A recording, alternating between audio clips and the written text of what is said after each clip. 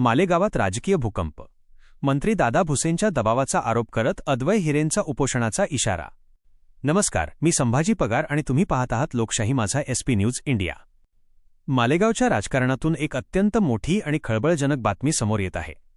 येथील कृषी उत्पन्न बाजार समितीच्या संचालक पदावरून अपात्र ठरवण्याच्या प्रकरणावरून भाजप नेते अद्वै हिरे यांनी थेट राज्याचे मंत्री दादा भुसे आणि पणन मंत्री जयकुमार रावल यांच्यावर गंभीर आरोप केले आहेत.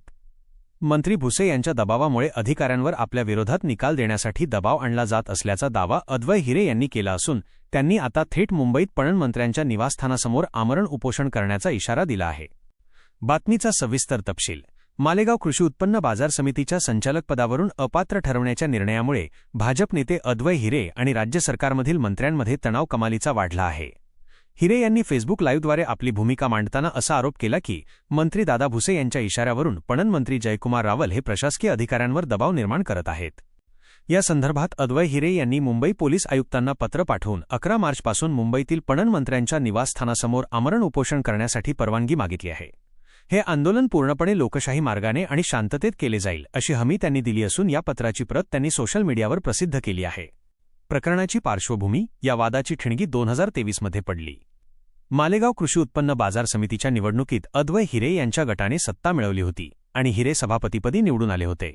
दरम्यान जिल्हा बँकेतील कथित घोटाळा प्रकरणात त्यांना काही काळ तुरुंगवास भोगावा लागला. या काळात समितीच्या सलग 7 मासिक बैठकींना अनुपस्थित राहिल्याचे कारण दाखवून जिल्हा उपनिबंधकांनी त्यांना संचालक पदासाठी अपात्र ठरवले होते. या निर्णयाविरोधात हिरे यांनी पणन संचालकांकडे अपील केले आहे.